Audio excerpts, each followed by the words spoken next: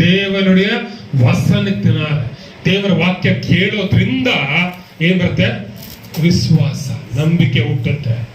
ಅದಕ್ಕೆ ಪ್ರತಿ ಭಾನುವಾರ ಹೋಗ್ರಿ, ವಾಕ್ಯ ಕೇಳ್ರಿ, ಉಪವಾಸ ಪ್ರೇಯರ್ಗೆ ಹೋಗ್ರಿ, ಸುವಾರ್ಥ ಕೂಟಗಳಿಗೆ ಹೋಗ್ರಿ, ಉಪವಾಸ ಕೂಟಗಳಿಗೆ ಹೋಗ್ರಿ. ಯಾಕೆ ಎಷ್ಟು ವಾಕ್ಯವನ್ನು ಕೇಳ್ತಿರೋ ಆ ವಾಕ್ಯ ನಿನ್ನಲ್ಲಿ ನಂಬಿಕೆಯನ್ನು ಹೆಚ್ಚಿಸುತ್ತೆ, ನಂಬಿಕೆಯನ್ನು ಹುಟ್ಟಿಸುತ್ತೆ.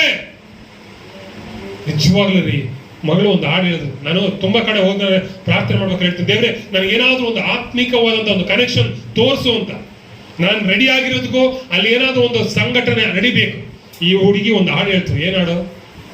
ನಿನ್ನಂತೆ ಯಾರಿಲ್ಲ ನಿನ್ನ ಹೊರತು. ಅದ್ರಲ್ಲಿ ಒಂದು ಮಾತಿದೆ, ಏನಂತೆ?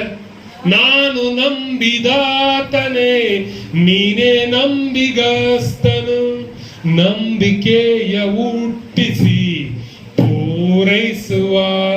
ಹಲ್ಲೆಲೂಯಾ. ನಂಬಿಕೆ ಹುಟ್ಟಿಸೋದು ಯಾರು? ಪೂರೈಸೋದು ಯಾರು? ಎಂತ ದೇವ್ರಿ ನಮ್ಮ ದೇವರು. ಚಪ್ಪಾಳೆ ಮಾಡಿದ್ರೆ ಹಲ್ಲೆಲೂಯಾ. ನಂಬಿಕೆನ ಅವರೇ ಹುಟ್ಟಿಸ್ತಾರೆ, ಅವರೇ ಪೂರೈಸ್ತಾರೆ. ಯಾರಾದ್ರೂ ಮಾಡ್ತಾರ?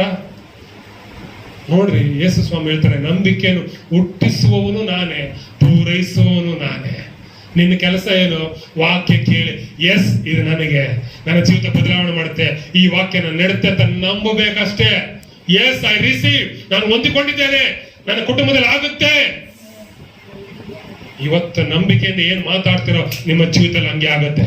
ಹೇಳ್ರಿ, ನಂಬಿಕೆಯಿಂದ ಏನೆಲ್ಲ ನೀವು ಪ್ರಾರ್ಥನೆ ಮಾಡ್ತಾ ಇದ್ರು, ವಿಶ್ವಾಸದಿಂದ ಏನೆಲ್ಲ ರಿಕ್ವೆಸ್ಟ್ ಇಟ್ಕೊಂಡಿದ್ರು, ಇವತ್ತು ನೀವು ಪ್ರಾರ್ಥನೆ ಮಾಡ್ರಿ. ಈ ಸಮಯದಲ್ಲಿ ಹೇಳ್ರಿ, ಆ ಮನಸ್ಸಲ್ಲಿ ಹೇಳ್ರಿ, ನಿಮ್ಮ ನಂಬಿಕೆಯಿಂದ ಏನ್ ಪ್ರಾರ್ಥನೆ, ಏನ್ ಇಷ್ಟಕ್ಕಾಗಿ ದೇವ್ರ ಹತ್ರ ಕೇಳ್ಕೊತಾ ಇದ್ರು, ಇವತ್ತು ಹೇಳ್ರಿ, ಆ ಪ್ರಾರ್ಥನೆಗೆ ದೇವರು ಉತ್ತರ ಕೊಡ್ತಾರೆ.